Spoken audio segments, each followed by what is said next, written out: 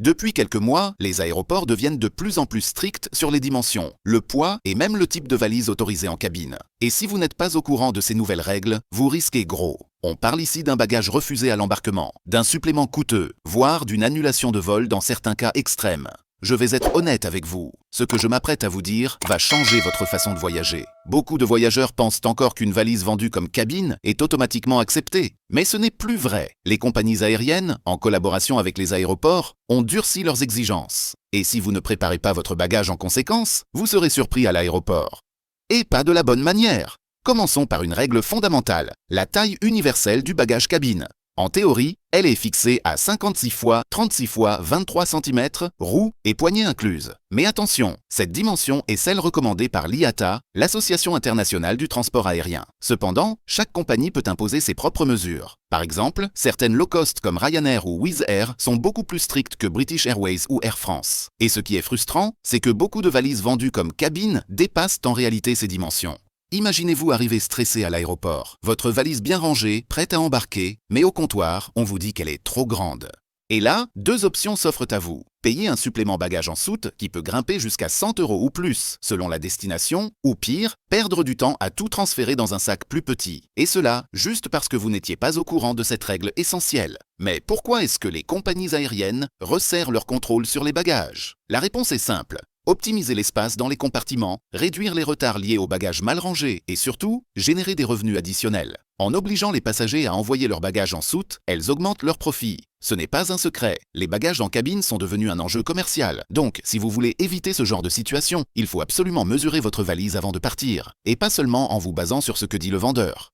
Prenez vos mesures vous-même, roues et poignées comprises. Vérifiez aussi sur le site officiel de la compagnie aérienne avec laquelle vous voyagez, car certaines compagnies, comme Transavia ou EasyJet, ont des tolérances très réduites. Un autre point crucial à comprendre, c'est que les contrôles se font désormais de manière automatisée dans certains aéroports. Il y a des arceaux de mesures obligatoires, parfois même avant le passage au contrôle sécurité. Si votre valise ne rentre pas dedans, c'est fini. Vous devez immédiatement régler le problème. Et là, vous perdez du temps, de l'énergie et potentiellement de l'argent. Ensuite, parlons maintenant de la limite de poids. Beaucoup de voyageurs ignorent encore que les compagnies aériennes peuvent peser vos bagages à main. Surtout les low cost. Facile de croire que tant que le bagage passe dans l'arceau, il est bon. Mais non, depuis quelques années, des balances automatiques apparaissent dans les zones d'enregistrement. Et là, surprise, on vous demande de poser votre bagage à main sur la balance. Les limites varient généralement entre 8 et 10 kg, selon les compagnies. Certaines permettent un peu plus, d'autres sont extrêmement strictes. Et le problème, c'est que personne ne vérifie vraiment le poids avant de partir. Alors que quand on arrive à l'aéroport, c'est trop tard. Pourquoi est-ce important de respecter cette limite? Parce que les avions ont un budget poids global pour les bagages. Et si trop de passagers dépassent, alors le pilote doit ajuster le carburant ou faire descendre des bagages. Et évidemment, ce sont toujours les mêmes qui trinquent, ceux qui ne savent pas à quoi s'attendre.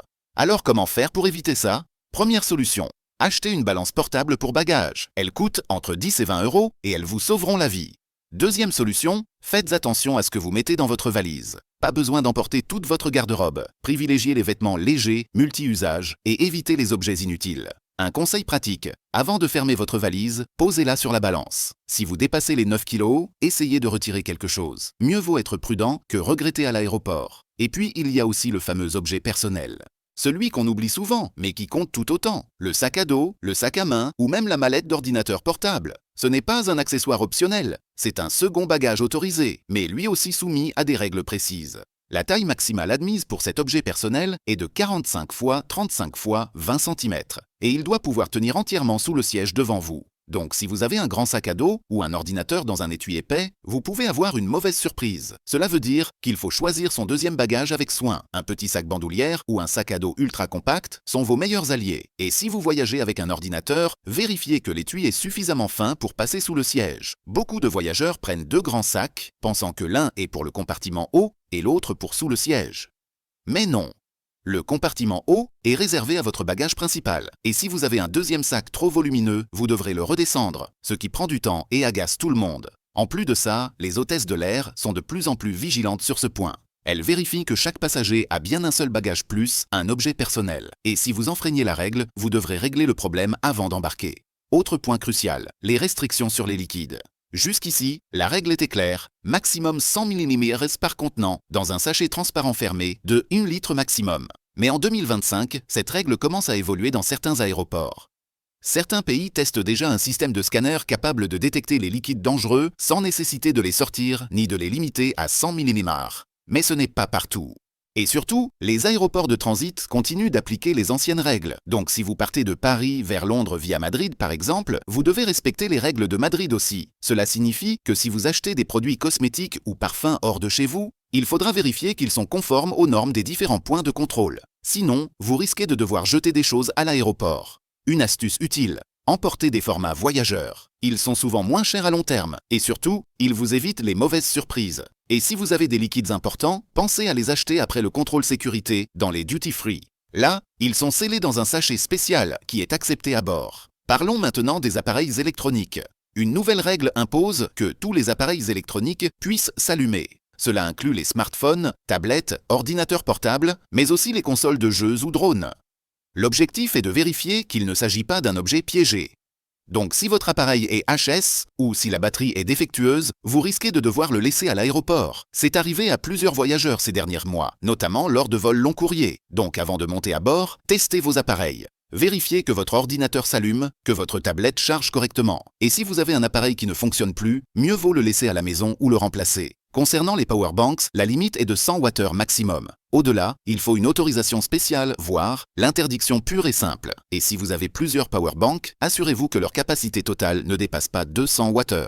Beaucoup de voyageurs ignorent cette règle. Ils pensent que tant que c'est dans leur bagage à main, c'est bon. Mais non! Les batteries lithium-ion sont classifiées comme marchandises dangereuses. Donc, les règles sont strictes. Si vous voyagez avec une valise intelligente, attention aussi. Ces valises équipées de GPS, de chargeurs intégrés ou même de verrouillage à distance doivent avoir une batterie amovible. Sinon, la valise est interdite en cabine. Et si la batterie est collée ou soudée, vous devrez l'envoyer en soute ou la désactiver complètement. Il y a eu plusieurs cas de voyageurs qui ont vu leur valise refusée simplement parce qu'elle contenait une batterie non amovible. C'est dommage, car ces valises sont souvent chères. Mais les règles sont claires. Batterie amovible obligatoire.